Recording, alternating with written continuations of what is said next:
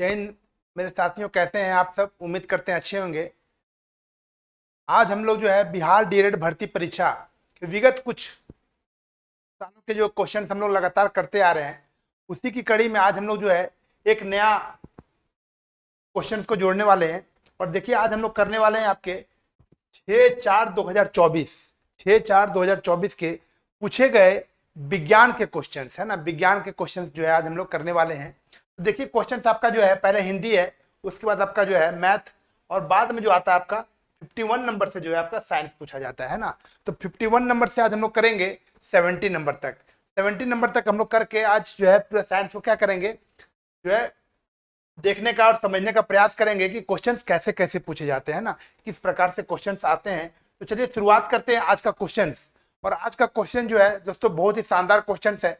एक बार आप लोग इस क्वेश्चन को पहले बनाइएगा, उसके बाद जो भी समस्या आती होगी उस वीडियो के माध्यम से अपना समस्या को क्लियर करने का प्रयास कीजिएगा, ठीक है। और जैसा कि प्रीवियस ईयर क्वेश्चंस आप जो है लगातार कहते भी आए हैं कि प्रीवियस ईयर क्वेश्चन जो होते हैं किसी भी एग्जाम्स के क्या होते हैं, रीड होते हैं ना, बैकबोन होता है। उसी प्रकार जो है आप लोग को भी ये समझ में आ गया होगा कि प्रीवियस ईयर क्वेश्चंस जो होते हैं कितने जो होते हैं कारगर साबित होते हैं हर एग्जाम्स के लिए। तो चलिए प्रीवियस ईयर क्वेश्चंस को भी जो है वो ध्यान में रखते हुए शुरुआत करते हैं आज का पहला क्वेश्चन है ना। देखिए, पहला क्वेश्चन आपके सामने जो है 51 नंबर पे ये रहा है ना। 51 नंबर का क्वेश्चन आपके सामने ये है, कहा जा रहा है हरित खाद है ना। हरित खाद को कहते हैं दोस्तों, हरित खाद को कहते हैं ग्रीन, क्या कहते हैं, ग्रीन मैन्यूर है ना, ग्रीन मैन्यूर। ग्रीन मैन्यूर कहते हैं ना, ग्रीन मैन्यूर। अब ग्रीन मैन्यूर बनता कैसे है इसके बारे में भी समझने का प्रयास करेंगे है ना। ग्रीन मैन्यूर कब बनता कैसे है, तो इसमें नाइट्रोजन और फास्फोरस, इसमें नाइट्रोजन और फास्फोरस का जो होती है अहम भूमिका होती है ना हरित खाद बनाने के लिए। और हरित खाद जो होते हैं दोस्तों ये बहुत पोषक तत्व होते हैं ना, उसमें बहुत सारे पोषक तत्व मिले रहते हैं जो क्या होते हैं, मिट्टी को उपजाऊ बनाते हैं ना, मिट्टी को उपजाऊ बनाते हैं। और बहुत सारे क्या होती है खेती में इसका उपयोग भी किया जाता है ना हरित खाद का। तो हरित खाद का जो प्रयोग होता है उसमें नाइट्रोजन नाइट्रोजन प्लस फास्फोरस है ना, नाइट्रोजन एनपीके, ऐसे भी आप समझते होंगे। एनपीके जो है बहुत बार आपने समझता होगा, एनपीके है ना, एनपी और के ये तीनों का यूज होता है ऐसी।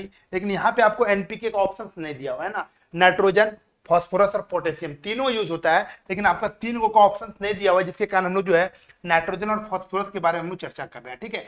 पोटेशियम भी होता है, एनपीके याद रखिएगा, टोटल जो होता है उसको एनपीके, नाइट्रोजन, फास्फोरस और जो होता है पोटेशियम भी होता है। क्या होता है, पोटेशियम भी होता है ना, पोटेशियम भी होता है।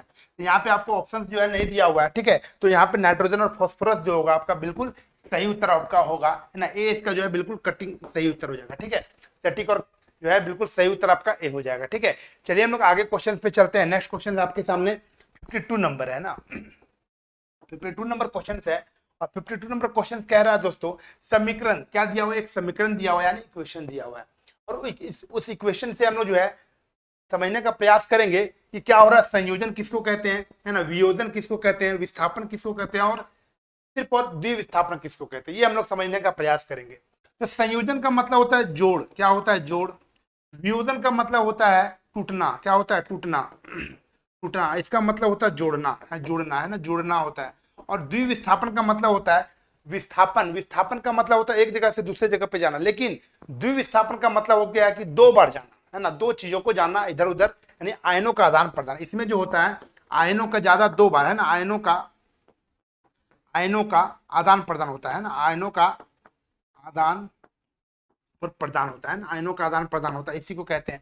अब देखिए इसमें होता क्या है, अब देखिए इसमें हुआ क्या है, यहाँ पे देखिए पीबी है ना, पीबी, और यहाँ पे देखिए NO3 का होल ट्वाइस है, यहाँ पे देखिए 2Ki है ना, यानी पोटेशियम आयोडाइड है ना, पोटेशियम आयोडाइड है। फिर देखिए यहाँ पर देखिए लेड के साथ जो है आयोडाइड जुड़ गया, क्या हो गया, लेड के साथ जो है आयोडाइड जुड़ गया, यानी यहाँ से लेड लिया गया, यहाँ से लेड लिया गया और यहाँ से आयोडाइड लिया गया। यहाँ पे देखिए एक डिस्प्लेसमेंट हो गया, एक सिंगल डिस्प्लेसमेंट इसको कहेंगे। लेकिन यहाँ पे फिर देखिए है ना, यहाँ पे फिर देखिए यहाँ पे के को के रखा गया है, के को के रखा गया है, और यहाँ पे NO3 को जो है यहाँ पे डाल दिया गया है, NO3 को यहाँ पे डाल दिया गया।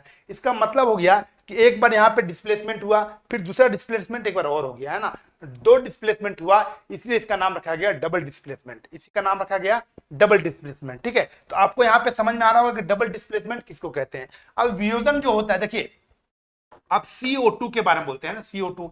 अब इसको कार्बन और ऑक्सीजन को जब अलग अलग तोड़ते हैं, कार्बन प्लस O2 को जब तोड़ते हैं, ये होता है क्या, संयोजन। ये क्या हो गया, संयोजन हो गया, क्योंकि नहीं तो ये हो गया वियोजन। क्या हो गया, ये वियोजन। देखिए ये बना हुआ है, ये टूट करके अलग अलग हो गया, कार्बन अलग हो गया और ऑक्सीजन आपका अलग हो गया। लेकिन जैसे हम लोग हाइड्रोजन प्लस ऑक्सीजन को जोड़ते हैं और ये मिलता है क्या, बन करके बनता है क्या, H2O। क्या बनता है, H2O। अब देखिए ये जुड़ करके अलग बन गया, इसको कहते हैं संयोजन। इसको क्या कहते हैं, संयोजन, है ना, इसको कहते हैं संयोजन, इसको कहते हैं वियोजन। इसको क्या कहते हैं, वियोजन। ठीक है, आपको ये ऑप्शंस पूरे तरीके से जो है क्लियर हो गया होगा, चारों का चारों ऑप्शंस। ठीक है, यहां से उम्मीद करते हैं द्विविस्थापन भी आपको क्लियर हो गया होगा ना। द्विविस्थापन जो है इसका बिल्कुल सही उत्तर होगा और द्विविस्थापन आपका सटीक उत्तर है। ठीक है, चलिए नया क्वेश्चन पे चलते हैं, 53 नंबर।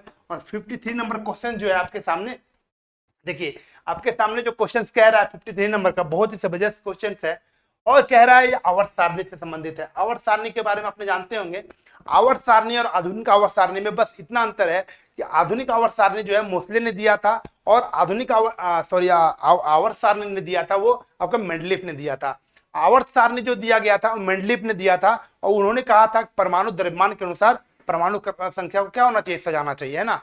और ये जो है इन्होंने आधुनिक आवर्त सारणी को परमाणु संख्या के आधार पर, परमाणु क्रमांक के आधार पर सजाया गया। ठीक है, और उन्होंने जो सजाया था वो परमाणु द्रव्यमान के अनुसार सजाया था। यहाँ पे बेसिक अंतर आपको यही याद रखना पड़ेगा। अब देखिए यहाँ पे बोला गया परमाणु संख्या, परमाणु संख्या बोला गया 15 परमाणु संख्या जो होता है वो 15 किसका होता है, तो ये होता है किसका, फास्फोरस का। किसका होता है, फास्फोरस, यानी पी का होता है, फास्फोरस, याद रखिएगा, फास्फोरस, है ना, फास्फोरस का होता है। और फास्फोरस के बारे में बहुत सारे गुण होती है ना फास्फोरस के बारे में। बोला कि उसके संबंध में निम्नलिखित में से कौन सा कथन सही है। बोला कि ये 15 वर्ग का है, ये बिल्कुल सही है, 15 वर्ग का है। तत्व की संयोजकता 4 होती है, नहीं दोस्तों, तत्व की संयोजकता 4 नहीं होती। देखिए इसको तोड़ेंगे तो क्या होगा बताइए, 2 8 और 5, है ना, 15 है तो 2 8 5 हो गया, ये 2 8 5 में टूट गया। अब देखिए संयोजकता निकालने के लिए क्या करना पड़ता है, जब ये 5 से 4 से ऊपर है तो क्या करेंगे, 8 - 5 करेंगे, है ना, तो संयोजकता इसका जो है 3 निकल जाएगा। क्या होगा, ये संयोजकता जो होगा आपका, संयोजकता जो होगा वो आपका कितना हो जाएगा, 3। संयोजकता आपका 3 हो जाएगा, इसकी जगह पे क्या होगा, 3 इसका हो जाएगा, तब ये गलत हो जाएगा। ठीक है, तो बोला कि कौन कथन सही है, बताइए कौन सा कथन सही है ना, कौन सा कथन सही है, बताइए। ये तत्व अधातु है, ये तत्व अधातु है, इनमें से कोई नहीं, बताइए कौन सा सही होगा इसमें, है ना, कौन सा सही होगा, जिसमें समझना पड़ेगा कि आपका ये जो है, आपका ये जो है, ए जो है आपका बिल्कुल सही उत्तर आपका ए हो जाएगा। ठीक है, ये अधातु भी नहीं है, ये अधातु भी नहीं है ना, ये क्या है, सल्फर जो है आपका, पोटेशियम जो है, फास्फोरस जो है आपका क्या है, एक प्रकार का धातु है ना, एक प्रकार का धातु है। ठीक है, सही उत्तर आपका क्या होगा, 20 का जो है बिल्कुल सही उत्तर हो जाएगा, है ना। बोला गया क्या, एक तत्व जिसकी परमाणु संख्या 15 उसके संबंध में निम्नलिखित में से कौन सा कथन सही है ना, तो ए इसका जो है बिल्कुल सही उत्तर हो जाएगा, है ना, ए इसका जो है बिल्कुल सही उत्तर आपका हो जाएगा। ठीक है, चलिए आगे चलते हैं नेक्स्ट क्वेश्चन पे। नेक्स्ट क्वेश्चन बोल रहा है दोस्तों, निम्नलिखित में से कौन यौगिक है ना। अब हम लोग जो है यौगिक के बारे में समझते हैं, यौगिक कहते हैं किसको है, यौगिक होता है, तत्व होता है, मिश्रण होता है, ये सब होता है ना। तो तत्व जिसको कहते हैं, जैसे आपका ऑक्सीजन, ऑक्सीजन क्या हो गया, एक प्रकार का तत्व हो गया, ऑक्सीजन क्या हो गया, तत्व हो गया, है ना। उसके बाद बोलेंगे O3 या O2, है ना, उसके बाद बोलेंगे CO2, है ना। अब देखिए CO2 जो है, इसमें CO2 का मतलब हो गया कार्बन डाइऑक्साइड। कार्बन डाइऑक्साइड जो है इसमें एक से अधिक तत्व मिले हुए, एक से अधिक क्या मिले हुए, तत्व मिले हुए, और एक निश्चित मात्रा में मिले हुए, एक निश्चित मात्रा में मिले हुए, है ना, कार्बन मिला हुआ है ना, और आपका ऑक्सीजन भी मिला हुआ है। ठीक है, ये दोनों जो है अलग अलग मात्रा में मिले हुए, लेकिन निश्चित मात्रा में मिले हुए हैं। जब निश्चित मात्रा में मिला हुआ रहता है तो उसको कहते हैं यौगिक, है ना, जो निश्चित मात्रा में मिला रहता है उसको क्या कहते हैं, यौगिक कहते हैं ना, यौगिक कहते हैं। ठीक है, तो आपको जो है याद रखने का प्रयास कीजिएगा इसको। ठीक है, तत्व कहते हैं, सिंगल जो होता है उसको तत्व कहते हैं। मिश्रण जिसको कहते हैं वो आपका कोई भी अनुपात में मिला हुआ नहीं रहता है, बिना अनुपात का। जैसे आप चीनी और नमक को घोलते हैं हम लोग, तो कोई अनुपात में नहीं देते हैं, थोड़ा सा कोई ज्यादा चीनी पीता है, कोई थोड़ा सा कम मीठा पीता है, तो उसमें क्या करते हैं, अपने अनुसार उसको बैलेंस करते हैं। तो मिश्रण जो होता है वो कोई अनुपात में नहीं होता है, कोई फिक्स रेशियो में नहीं होता है, लेकिन जैसे ही यौगिक की बात करेंगे इसमें फिक्स रेशियो हो जाता है। ठीक है, यही दोनों में बेसिक अंतर है। बताइए यहाँ पे बोला कि कौन सा यौगिक नहीं है ना, तो यौगिक नहीं है जल। जल जो होता है आपका H2O होता है, और H2O में क्या है, ये फिक्स है ना, यौगिक होगा ये। संगमरमर CaCO3, ये भी एक प्रकार का यौगिक होगा। कली चूना, कली चूना भी क्या होता है, एक प्रकार का कली चूना भी होता है ना, वो भी आपका कैल्शियम, ये होता है आपका कैल्शियम क्लोराइड, है ना। और देखिए हवा, हवा जो होता है ये आपका क्या होता है, हवा में कितनी मात्रा में ये मिली है इसके बारे में हवा नहीं है ना, हवा के बारे में बोलते हैं मिश्रण है। क्या है ये? हवा मिश्रण है ना। तो हवा जो होगा सीधा सीधे क्या होगा, इसका सही उत्तर आपका मिश्रण हो जाएगा ये हवा, और इसका सही उत्तर क्या होगा आपका डी जो है, बिल्कुल सही उत्तर आपका डी हो जाएगा। ठीक है, चलिए आगे चलते हैं। नेक्स्ट आगे देखिए, नेक्स्ट क्वेश्चन दोस्तों बोल रहा है 55 नंबर है ना। 55 नंबर क्वेश्चन जो है आपके सामने बहुत ही शानदार क्वेश्चन है ना, ये बहुत ही शानदार क्वेश्चन है।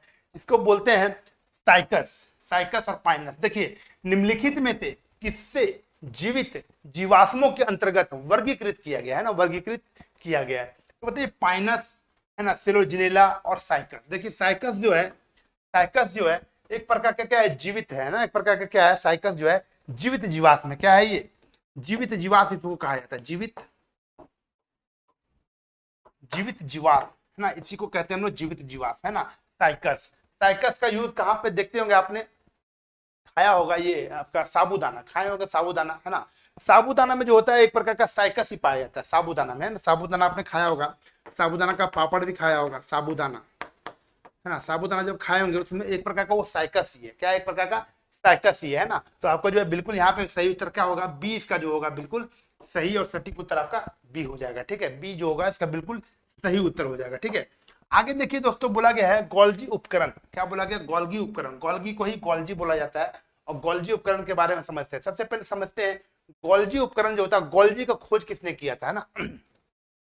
तो गोल्जी का जो है सबसे पहले खोज किसने किया था, तो गोल्जी का खोज किया था कैमिलो गोल्जी ने। क्या किया था? कैमिलो गोल्जी है ना, कैमिलो गोल्जी ने खोज किया था, कैमिलो गोल्जी ने है ना, कैमिलो गोल्जी ने इसको खोज किया था। अब गोल्जी जो होता है, गोल्जी जो होता है एक प्रकार का समझिए, या ये जो होता है एक प्रकार का पुलिसमैन के रूप में जाना जाता है ना। गोल्जी अपेरेटस को एक प्रकार का पुलिसमैन का, ट्रैफिक पुलिस के रूप में इसका यूज करते हैं। ठीक है, ट्रैफिक पुलिस के रूप में इसका यूज करते हैं।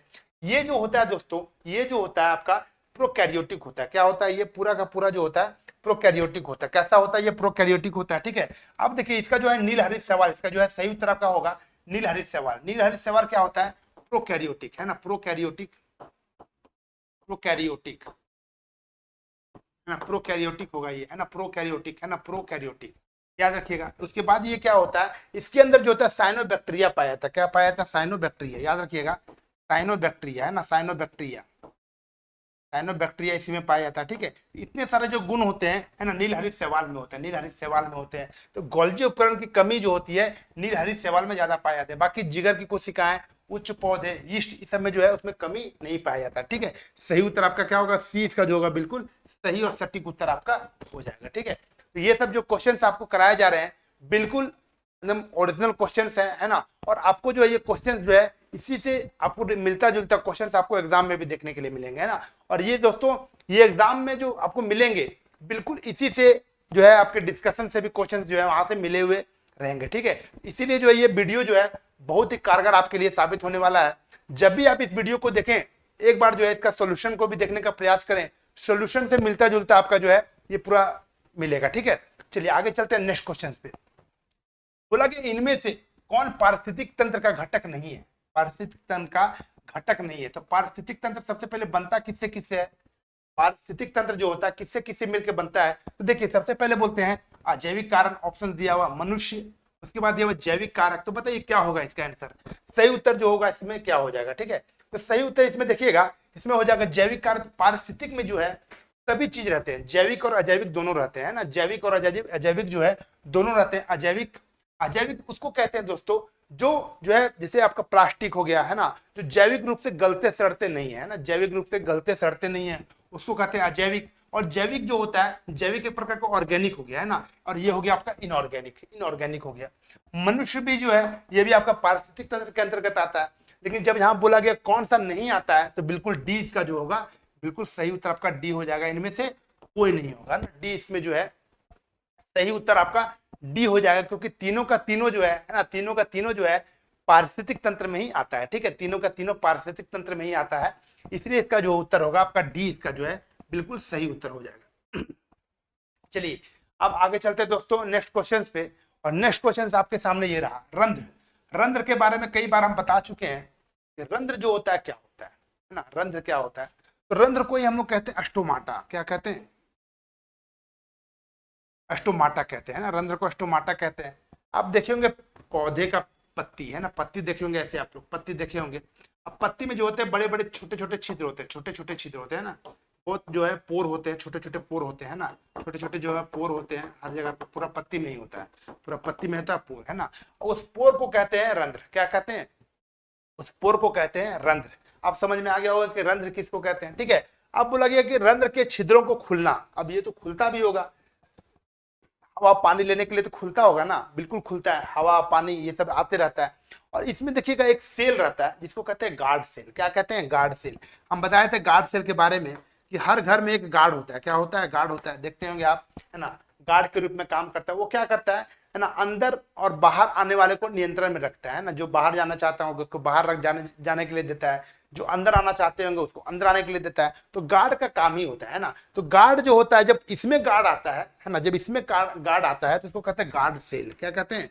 गार्ड सेल कहते हैं उसको। इंग्लिश में कहते हैं रक्षक कोशिकाओं, है ना। रक्षक, रक्षक का मतलब जो रक्षा करने वाला तो गार्ड होता है, ठीक है। तो रक्षक कोशिकाएं जो होती है वो क्या करती है, इसका काम करती है ना। यानी छिद्रों को खुलना और बंद करने का जो निर्भर करता है वो किस पर डिपेंड करता है? गार्ड सेल पर डिपेंड करता है। किस पर डिपेंड करता है? गार्ड सेल पर डिपेंड करता है। तो आपको ये आंसर जो आपको पता चला होगा, रक्षक कोशिकाओं में पानी का ये काम होता है, ठीक है। चलिए आगे चले नेक्स्ट क्वेश्चन पे, है ना। नेक्स्ट क्वेश्चन पे चलते हैं। और कितने सारे क्वेश्चंस आपके जो है सही होंगे, है ना, कितने सारे क्वेश्चंस आपके सही हो रहे हैं ये आपने कमेंट बॉक्स में जरूर बताइएगा ना। कमेंट बॉक्स में जरूर बताइएगा कैसा लगा ये सेशन, ये भी आप लोग बताइएगा। कौन सा क्वेश्चन ज्यादा अच्छा समझ में आया ये भी आप लोग बताने का प्रयास कीजिएगा। कौन सा क्वेश्चन में आपको दिक्कत हो रहा है ये भी समझने का प्रयास करेंगे, है ना। तो ये सब जो कमेंट आप लोग करेंगे तब हमको समझ में आएगा कि नेक्स्ट क्लास में हम लोग इससे बेहतर करना है ना। नेक्स्ट क्लास में जो है और सरल तरीके से आपको कैसे बता सके इस पर हम लोग काम करेंगे, ठीक है। तो जो भी आप लोग देख रहे हैं वीडियो को कमेंट करके जरूर बताने का प्रयास कीजिएगा, ठीक है। चलिए आगे चलते हैं नेक्स्ट क्वेश्चन पे। नेक्स्ट क्वेश्चन बोला गया मानव युग्मनज। देखिए मानव युग्मनज और मानव शुक्राणु, सीधा सीधी ये बोला गया है। देखिए मानव जो युग्मनज होता है, युग्मनज का मतलब हो गया युग्म, है ना। युग्म होता है ना, मानव का जो युग्म होता है तो वो होता है आपका 46 गुणसूत्र। कितना होता है? 46, है ना। 46 गुणसूत्र उसमें होता है, गुणसूत्र होता है। ये बोला गया मानव में, है ना, मानव में बोला गया टोटल, है ना। मानव युग्मनज की बात किया गया। अब बोला गया मानव का शुक्राणु, है ना, मानव के शुक्राणु में होता है। तो मानव के शुक्राणु में जो होता है आपका 23 गुणसूत्र होता है। कितना होता है? 23, है ना, ये याद रखिएगा। 23 गुणसूत्र होता है, 23 गुणसूत्र होता है ना, 23 गुणसूत्र होता है। अब देखिए दोनों का जब अनुपात निकालेंगे तो इसको काटेंगे तो कितना कटेगा? 2:1 कटेगा। कितना कटेगा? 2:1 में कटेगा। इस तरह के क्वेश्चन जो होते हैं दोस्तों आपको उलझाने का प्रयास करते हैं, है ना। ये सब इस तरह के जो क्वेश्चन होते हैं उलझाने का प्रयास करते हैं और ये पूरा क्लियर होना चाहिए, है ना, पूरा क्लियर होना चाहिए। अब देखिए इसमें और थोड़ा सा बताने का प्रयास करेंगे हम कि 44 को गुणसूत्र जगह होता है तो उसको कहते हैं ऑटोसोम। क्या कहते हैं? ऑटोसोम कहते हैं, ऑटोसोम। ऑटोसोम जो होता है 22, है ना। गर्ल्स में भी यानी फीमेल में भी 22 होता है और मेल में भी 22 होता है। मेल और फीमेल दोनों में 22 होता है, ठीक है। 22 जोड़ी होता है, 22 जोड़ी होता है, ठीक है। उसके बाद क्या होता है कि एक फीमेल में जो है XX पाया जाता है और मेल में जो होता है XY पाया जाता है, ठीक है। तो ये सब जो है आपको पता होना चाहिए। लेकिन ऑटोसोम याद रखिएगा, ऑटोसोम में जो होता है 44 होता है ना, ऑटोसोम में 44 होता है, 22 जोड़ा होता है, ठीक है। आगे चलिए, आगे देखिए बोला गया इनमें से कौन सा स्वतंत्र रूप के बारे में बोला गया है। स्वतंत्र रूप से गिरते हुए वस्तु के लिए सत्य होता है ना, यानी स्वतंत्र रूप से कौन गिर रहा है इसके बारे में पूछा गया है। तो बताइए, बोला गया है यह असमान गति से चलता है, इसका वेग शून्य होता है, इसमें निरंतर और गैर शून्य त्वरण होता है और ये असमान त्वरण होता है। बोला गया है क्या स्वतंत्र रूप से गिरते हुए वस्तु के लिए सत्य है, यानी स्वतंत्र रूप से वस्तु गिर रहा है, इसमें क्या क्या सही हो सकता है, क्या सही हो सकता है, ये आपको पूछा गया है। तो बताइए इसमें बोला गया निरंतर का मतलब हो गया कि आराम से गिर रहा है, कोई इसमें रोक टोक नहीं हो रहा है। गैर शून्य त्वरण, उसमें जो त्वरण है वो बिना जीरो है। कितना है? जीरो त्वरण, यानी उसमें गैर शून्य यानी शून्य नहीं है, ये बोला गया है ना। तो आराम से स्वतंत्र रूप से अगर गिर रहा है तो इसका सही उत्तर आपका क्या होगा? सी इसका जो है बिल्कुल सही उत्तर आपका हो जाएगा, ठीक है। सी होगा बिल्कुल सही उत्तर आपका हो जाएगा कि जी जो होता है वो 9.8 मीटर पर सेकंड जो होता है इसका ये होता है, जी बराबर, है ना, जी बराबर आपका ये होता है। देखिए तो समझ में आ गया होगा आपको कि इसमें स्वतंत्र रूप से गिरने का मतलब समझिए कि क्या होता है स्वतंत्र तरीके से। देखिए हम लोग जैसे जैसे हम लोग वायुमंडल ऊपर जाते हैं ना, ऊपर में जैसे निर्वात में हम लोग पहुंचते हैं जहाँ पे वायुमंडल नहीं होती है, हवा नहीं होती है, तो वहां पे क्या होता है कि वहां पर क्या होता है सीधा सीधी जब निर्वात में जाते हैं तो वहां से किसी भी चीज को अगर गिराते हैं, अगर एक प्रकार का पत्थर गिराया जाए या फिर एक प्रकार का कोई कागज गिराया जाए, दोनों को जब गिराया जाए तो स्वतंत्र अवस्था में गिरती है ना, यानी कोई भी उसमें रोक टोक नहीं होता है, दोनों आराम से गिरती है, एक साथ गिर जाएगी है ना, एक साथ गिरेगी। लेकिन जैसे हम लोग अपने दैनिक जीवन में उतारते हैं है ना, दैनिक जीवन पर यानी पृथ्वी पर जब गिराने का प्रयास करते हैं तो पत्थर और पेज को गिराते हैं तो पेज जो होता है बहुत ऊपर रहता है और पत्थर तुरंत गिर जाता है। इसका रीजन क्या होता है, यहाँ पे वायुमंडल है, यहाँ पे निर्वात नहीं है ना। तो वही चीज यहाँ पे, वही कंसेप्ट जो यहाँ पे लगाया जाएगा, बोला गया कौन सा स्वतंत्र रूप से गिरते हुए वस्तु के लिए सत्य है। ठीक है, तो वस्तु के लिए सत्य यही होगा आपका, इसमें निरंतर और गैर शून्य त्वरण होता है। ठीक है, चलिए आगे चलते हैं नेक्स्ट क्वेश्चन पे। बोला गया हाइड्रोजन गैस से भरे गुब्बारे को हवा में छोड़ने पर गुब्बारा क्या होता है ना। तो सबसे पहले पता है आपको कि सबसे हल्का गैस जो होता है वो आपका हीलियम होता है ना। हीलियम जो होता है, हीलियम है ना, हीलियम जो होता है सबसे हल्की गैस होती है। हीलियम जो होता है, हीलियम है ना, हीलियम जो होता है, हीलियम सबसे हल्की गैस होती है। कौन सी गैस होती है, हल्की गैस होती है ना। और इससे थोड़ा सा भारी, इससे जो है थोड़ा सा भारी हाइड्रोजन होता है। क्या होता है ये, हाइड्रोजन होता है। इसके बाद है ना हाइड्रोजन होता है। अब बताइए हीलियम जब गैस भरिएगा तो सबसे ऊपर जाएगा, वो जाते रहेगा जाते रहेगा जाते रहेगा। लेकिन जैसे हम लोग हाइड्रोजन भरते हैं इसमें क्या होता है, थोड़ा सा जो है वो कम होता है ना। इसमें जो है थोड़ा सा डेंसिटी जो होता है दूसरे की अपेक्षा है ना वो कम होता है ना। तो क्या होता है कि जैसे ऊपर जाता है एक समय तक जाएगा, उसके बाद क्या करेगा, वो रुक जाएगा है ना, एक जगह पे जाकर के वो रुक जाएगा, क्योंकि उसके ऊपर जो है वायुमंडल पर क्या होता है, प्रभाव कम पड़ता है ना। ऊपर में जाकर के वायुमंडल का प्रभाव जो है वायुमंडल ना होता है, जिसके कारण क्या होता है कि वहां पे एक समय पर जाकर के हाइड्रोजन वाला जो बैलून होता है वो रुक जाता है ना। तो हाइड्रोजन वाला बैलून जो है रुक जाता है। तो वही बोला गया हाइड्रोजन गैस से भरे गुब्बारे को हवा में छोड़ने पर गुब्बारा क्या होता है। तो बोला गया कुछ खास ऊंचाई तक उठकर विस्फोट होता है। विस्फोट नहीं करता है दोस्तों, ये विस्फोट नहीं करता है, ये गलत होगा। कुछ दूरी तक ऊपर उठेगा फिर हवा में तैरेगा, कुछ खास ऊंचाई तक ऊपर उठकर पुनः नीचे धरती पर आएगा, नहीं धरती पर नहीं आएगा, वो ऊपर में तैरते रहेगा। क्या होगा, ऊपर में तैरते रहेगा, यानी ये भी क्या होगा, गलत हो जाएगा। अंतरिक्ष में चला जाएगा, नहीं ये भी नहीं होगा। आपका सही उत्तर क्या होगा, ए इसका जो है बिल्कुल सही उत्तर हो जाएगा। हीलियम सबसे हल्की गैस है। और ऑस्मियम याद रखिएगा, ऑस्मियम है ना, ऑस्मियम, ऑस्मियम जो है सबसे भारी है। ऑस्मियम क्या है, सबसे भारी है। ठीक है, चलिए आगे चलते हैं, चलिए आगे चलें, ऑस्मियम। चलिए आगे चलते हैं है ना नेक्स्ट क्वेश्चन पे। नेक्स्ट क्वेश्चन से आपको बोला जा रहा है एक तरल जिसका घनत्व मरकरी के घनत्व से दोगुना है का उपयोग बैरोमीटर में किया जाता है, तब एक वायुमंडल दाब द्रव के कितना सेंटीमीटर के बराबर होता है। हमने इसकी जो है पिछले सेशन में भी मैंने बताया था कि सामान्य पारे का जो दाब होता है, प्रेशर जो होता है ना, सामान्य दाब का, सामान्य पारे का वो कितना होता है ना, सामान्य पारे का जो होता है वो आता है आपका 76 सेंटीमीटर। कितना होता है, 76 सेंटीमीटर होता है। ठीक है, ये हम लोग पहले बता चुके हैं। अब देखिए यहाँ पे बोला गया है, यहाँ पे कॉन्सेप्ट आपको लगाना पड़ेगा घनत्व का और आपका हाइट का है ना, घनत्व का और आपके हाइट का है ना, कितना सेंटीमीटर एक वायुमंडल दाब प्रेशर उपयोग है ना, उपयोग होता है दोगुना मरकरी के ऊपर। ठीक है, तो यहाँ पे देखिए, यहाँ पे सीधा कॉन्सेप्ट लगाना पड़ेगा क्या, हाइट जो होगा वो डेंसिटी के क्या होगा, डेंसिटी जो होगा हाइट के क्या होगा, व्युत्क्रमानुपाती होगा। क्या होगा, व्युत्क्रमानुपाती होगा। ठीक है, तो अब बोला कि द्रव जो है कितना सेंटीमीटर के बराबर होगा है ना, यानी कितना सेंटीमीटर ऊपर उठेगा, इसके बारे में बताया गया है ना, कितना। तो यहाँ पे एक प्रकार का हाइट ही होता है ये। ठीक है, और जब हाइट होगा तो यहाँ पे सीधा सीधा निकालना पड़ेगा क्या कि यहाँ पे बोला गया दोगुना घनत्व, तो क्या करना, घनत्व से दोगुना होता है ना। जब दोगुना होगा है ना, जब इसका दोगुना होगा, ये आपका दोगुना करते हैं और यहाँ पे ये हाइट होता है तो क्या होगा, ये हाफ हो जाएगा सीधा इसका। ठीक है, जब हाफ हो जाएगा तो हम निकालेंगे तो कैसे निकालेंगे, क्षेत्र बटा 2 करेंगे, और जब क्षेत्र बटा 2 करेंगे तो कितना होगा, ये 38 सीधे क्या होगा, इसका सही उत्तर आपका 38 हो जाएगा। ठीक है, 38 जो है इसका बिल्कुल डी इसका जो है सही उत्तर आपका हो जाएगा। ठीक है, डी इसका जो है बिल्कुल सही उत्तर होगा, क्योंकि ये जो होता है आपका हाइट का डेंसिटी जो होता है व्युत्क्रमानुपाती होता है ना, व्युत्क्रमानुपाती होता है। यहाँ पे पूछा गया वायुमंडल दाब ना, दाब के कितना सेंटीमीटर के बराबर होगा है ना। यहाँ पे एक प्रकार कितना सेंटीमीटर के बराबर, यानी हाइट के बराबर प्रेशर भी कह सकते हैं इसको, कितना ऊपर तक उठेगा है ना, कितना ऊपर तक जाने की बात किया गया है। तो ऊपर जो होता है एक प्रकार का उसमें पानी के दाब के लिए ही बोला गया। ठीक है, चलिए आगे बोला गया ध्वनि उत्पन्न होने के बाद है ना, ध्वनि उत्पन्न होने के बाद उसके बहुत देर तक बने रहने का उपयोग किया जाता है। कैसे होता है, ध्वनि उत्पन्न होने के बाद उसके बहुत देर तक बने रहने का उपयोग किया जाता है। बताइए कैसे होगा, कैसे होगा बताइए। तो स्टेथोस्कोप देखिए होंगे, स्टेथोस्कोप में भी इसका यूज करते हैं, मेगाफोन में भी इसका यूज करते हैं। तुरहियों, तुरहियों का मतलब होता है जब कोई इंस्ट्रूमेंट बजाते हैं, है ना, कोई इंस्ट्रूमेंट को जब बजाया जाता है तो वहां पे तुरों का यूज किया जाता है। तुरों, है ना, एक प्रकार का इंस्ट्रूमेंट होता है बजाने वाला, म्यूजिकल इंस्ट्रूमेंट, है ना, म्यूजिकल इंस्ट्रूमेंट होता है। तो सही उत्तर आपका ये भी होगा, है ना। स्टेथोस्कोप में भी बहुत देर तक देखते होंगे डॉक्टर जब चेक करता है आला लेकर के, है ना, तो बहुत देर तक वो सुनने का प्रयास करता है। क्या करता है?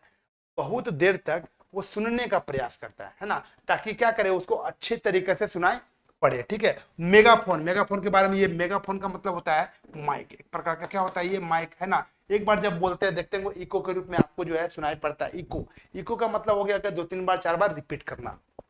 ठीक है। ध्वनि उत्पन्न होने के बाद बहुत देर तक बने रहने का उपयोग क्या होता है, ये सभी ऑप्शन हो जाएगा। डी इसका जो है बिल्कुल सही उत्तर आपका डी हो जाएगा। ठीक है, डी इसका जो है बिल्कुल सही उत्तर हो जाएगा।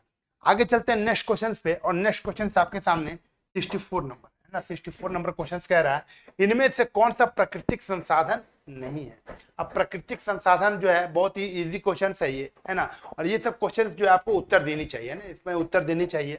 बोला कि प्राकृतिक संसाधन नहीं है ना, तो मिट्टी प्राकृतिक संसाधन है, वायु है, पानी है और बिजली है। बताइए क्या होगा, क्या हो जाएगा इसका उत्तर 64 का? सभी लोग कमेंट करके बताइए क्या हो जाएगा इसका। हाँ, तो प्राकृतिक संसाधन तो पानी तो है प्राकृतिक संसाधन, क्योंकि प्राकृतिक से ही मिलता है ना, प्राकृतिक से ही मिलता है। मिट्टी जो प्राकृतिक से ही मिलता है, वायु भी मिट्टी, वायु भी प्राकृतिक से मिलता है, लेकिन बिजली जो है उसको पैदा किया जाता है, बिजली बनता नहीं है। बिजली कहीं बनता है क्या? अपने से पैदा बनता है क्या? अपने से बिजली कभी भी आपको प्राकृतिक रूप से नहीं मिलती है ना। उसको क्या किया जाता है, बनाया जाता है, फॉर्म में ट्रांसफॉर्म किया जाता है ना, चेंज किया जाता है उसको, तब आपको मिलती है। सही उत्तर आपका क्या होगा? डी इसका जो है बिल्कुल सही उत्तर हो जाएगा। ठीक है। आगे देखिए, आगे बोला गया है निम्न इनमें से कौन सा लवण जल की अस्थाई, यहाँ पे देखिए जल की अस्थाई कठोरता की बात किया गया है ना, जल की अस्थाई कठोरता की बात किया गया है। जल की अस्थाई कठोरता जो होती है आपका क्या क्या होता है? ठीक है, देखिए इसमें एक ही चीज होता है, मैग्नीशियम सल्फेट, है ना, मैग्नीशियम सल्फेट और कैल्शियम क्लोराइड, है ना, दो चीज होता है। अस्थाई कठोरता जो होता है वो आपका मैग्नीशियम सल्फेट MgSO4, है ना, और एक और होता है आपका कैल्शियम क्लोराइड, है ना, कैल्शियम क्लोराइड। ये दो चीज जो होता है आपका क्या होता है, अस्थाई कठोरता के लिए जिम्मेवार होता है ना, अस्थाई कठोरता के लिए ये जिम्मेदार होता है CaCl2, है ना, CaCl2 कैल्शियम क्लोराइड। अब देखिए ये हो गया अस्थाई, है ना, अब एक होता है अस्थाई। क्या होता है ये? एक होता है अस्थाई, है ना, अस्थाई। अस्थाई क्या होता है? अस्थाई कठोरता के लिए क्या यूज करते हैं? अस्थाई कठोरता के लिए, है ना, तो मैग्नीशियम बाइकार्बोनेट या कैल्शियम बाइकार्बोनेट, है ना, कैल्शियम कार्बोनेट, यानी बाइकार्बोनेट का जो होता है बाइकार्बोनेट, एक मिनट, बाइकार्बोनेट,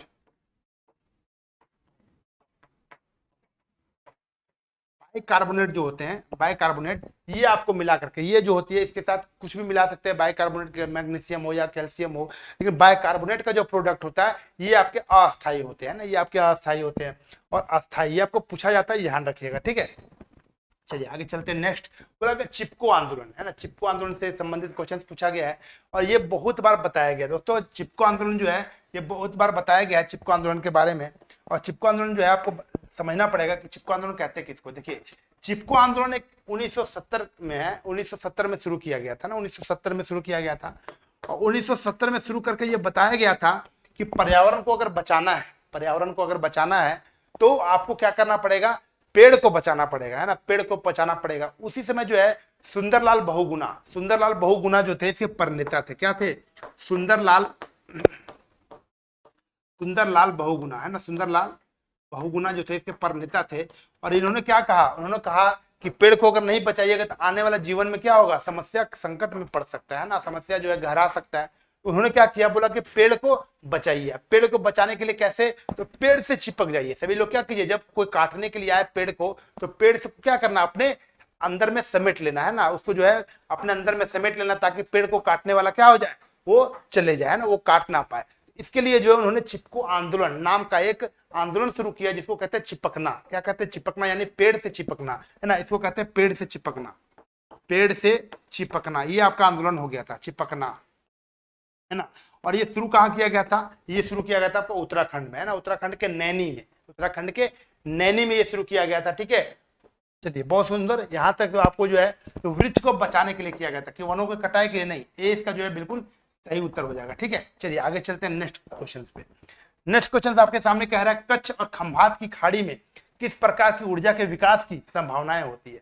कच्छ और खंभात दो जो है आपके महासागर है ना, ये भी महासागर के बगल में ये कच्छ और खंभात है ना दोनों। अब देखिए वहां पर लहरें आती है बराबर है ना, लहरें जो होती है बराबर लहरें आती रहती है, और जब लहर आती है ना, जब लहर आती है तो ऐसे ऐसे करके जो है टाइडल एनर्जी पैदा करता है, ऐसे ऐसे करके जो एनर्जी पैदा करता है। एक प्रकार का ये ज्वारीय एनर्जी होता है ना, ज्वारीय यानी देखते होंगे आप भूकंप, जब धरती पर भूकंप आता है तो उसको भूकंप कहते हैं। लेकिन जब ये ज्वारीय ऊर्जा जब आती है आपका पानी में है ना, पानी में जब ये आती है तो इसको कहते हैं क्या, ज्वारीय ऊर्जा है ना, एक प्रकार का ज्वारीय ऊर्जा कहते हैं। ऐसे करके भूकंप की तरीके से वो आता है ना, भूकंप नहीं कह सकते लेकिन एक प्रकार की ऊर्जा आती है ना, ऐसे करके जो है तरंग तक का वहां डेवलप होता है, उसी को कहते हैं क्या, ज्वारीय ऊर्जा। उसी को क्या कहते हैं ना, ज्वारीय ऊर्जा कहते हैं। ठीक है, तो ज्वारीय ऊर्जा आपको समझ में आ गया होगा। सौर ऊर्जा आपको पता होगा कि सौर ऊर्जा जो होता है वो प्रकाश ऊर्जा को है ना, प्रकाश ऊर्जा को रासायनिक ऊर्जा में चेंज करता है ना। उसके बाद आपको कोयला के बारे में आपको पता ही होगा। ठीक है, तो ज्वारीय ऊर्जा जो होगा इसका बिल्कुल सही उत्तर हो जाएगा। ठीक है, चलिए आगे चलते हैं दोस्तों। ताप बढ़ने से है ना, ताप बढ़ने से चालक का प्रतिरोध क्या होता है। देखिए कभी भी आप देखे होंगे चालक, कभी भी चालक का मतलब क्या होता है, चालक का मतलब होता है चालक, चालक का मतलब होता है कि एक जगह से दूसरे जगह पे क्या करना है, इलेक्ट्रॉन को ट्रांसफर करना, इलेक्ट्रॉन को ट्रांसफर करना, तभी तो बिजली एक जगह से दूसरे जगह पे जाती है। यहाँ पे बहुत सारे इलेक्ट्रॉन्स जो होते हैं, बहुत सारे इलेक्ट्रॉन्स होते हैं, वो दूसरे जगह पे इलेक्ट्रॉन्स जाते हैं, तभी तो बिजली वहां पे एक जगह से दूसरी जगह पे पहुंच पाती है ना। अब क्या होता है, बीच में इसमें टेम्परेचर दे दिया जाए, क्या दे दिया जाए, टेम्परेचर। और जब टेम्परेचर ज्यादा दे दिया जाए तो क्या हो जाएगा, जो इसमें इलेक्ट्रॉन्स जाने वाले होंगे, इलेक्ट्रॉन्स एक तरफ जा रहे थे, क्या कर रहे थे, एक तरफ इलेक्ट्रॉन्स जा रहे थे, इलेक्ट्रॉन्स एक तरफ जा रहे थे।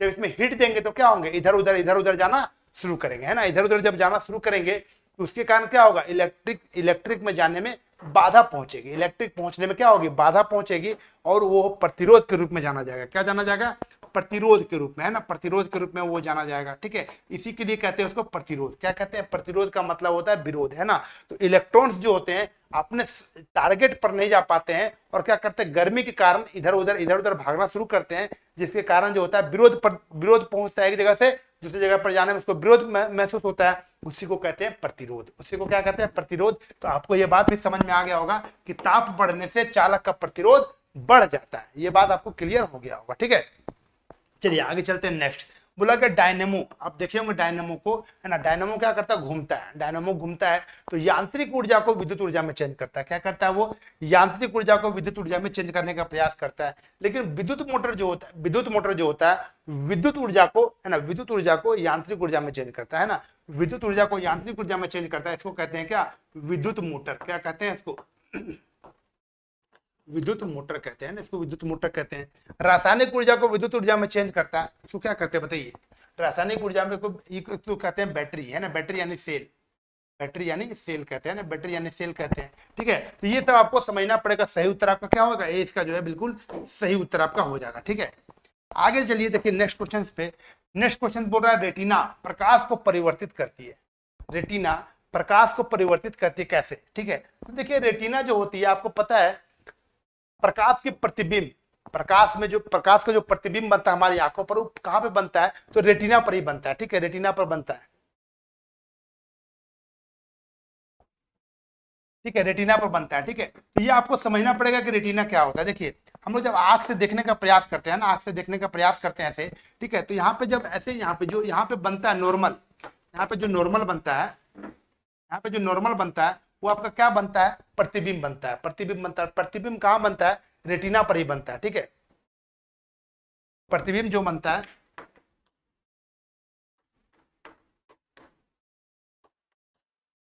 ठीक है, प्रतिबिंब बनता है रेटिना पर। ठीक है,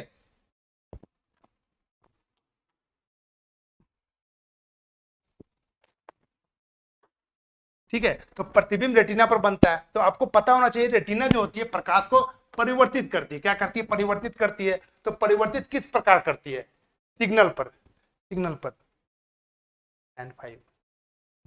ठीक है, तो आपको प्रतिबिंब करती है ना, परिवर्तित करती है। तो यहाँ पे देखिए जब भी यहाँ से कुछ प्रतिबिंब जाता है तो सीधा सीधे अगर दूरदृष्टि दोष की बात किया जाए तो दूरदृष्टि दोष क्या होता है कि यहाँ पर जाने के बजाय यहाँ पर चला जाता है ना। यहाँ से जो जाती है प्रतिबिंब यहाँ से चला जाता है, यहाँ से जो जाती है ऐसे चला जाता है। तो वो प्रतिबिंब जो होता है वो दूरदृष्टि दोष कहलाता है, दूरदृष्टि दोष कहलाता है। ठीक है, लेकिन जैसे यहां से प्रतिबिंब जाती है और यहां पर अगर रुक जाती है, यहां पर जाकर के ऐसे जाती है, और नया पेड़ से देखिए नेक्स्ट कलर से, है ना, जैसे क्या होता है यहां से अगर जाती है और यहां पर ही रुक जाती है, यहां पर रुक जाती है, इसको कहते हैं क्या, निकट, क्या कहते हैं, निकट प्रतिबिंब, है ना, निकट दृष्टि दोष इसी को कहते हैं।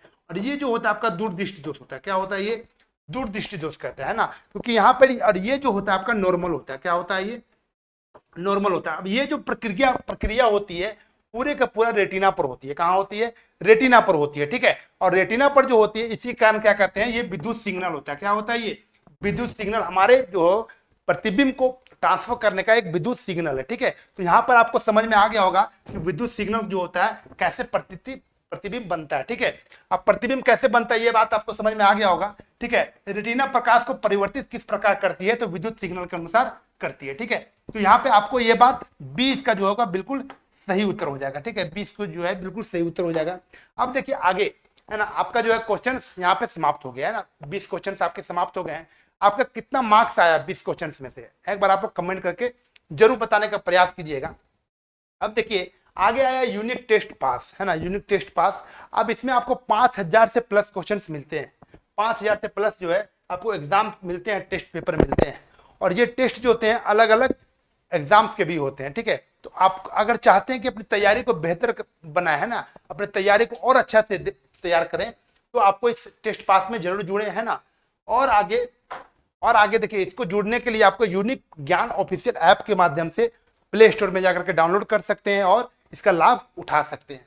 किसी भी क्वेरी की जरूरत पड़े, अगर किसी तरह का इंक्वायरी की जरूरत पड़े, जानकारी की जरूरत पड़े, तो आप इस नंबर पे जो है कॉल कर सकते हैं, हेल्पलाइन नंबर पर, है ना। व्हाट्सएप के थ्रू जुड़ सकते हैं, टेलीग्राम के थ्रू जुड़ सकते हैं और कॉल के माध्यम से जुड़ सकते हैं। ठीक है, मिलते हैं आपसे, लेते हैं अलविदा और मिलेंगे नेक्स्ट सेशन में। तब तक सभी को धन्यवाद, जय हिंद, बेस्ट ऑफ लक।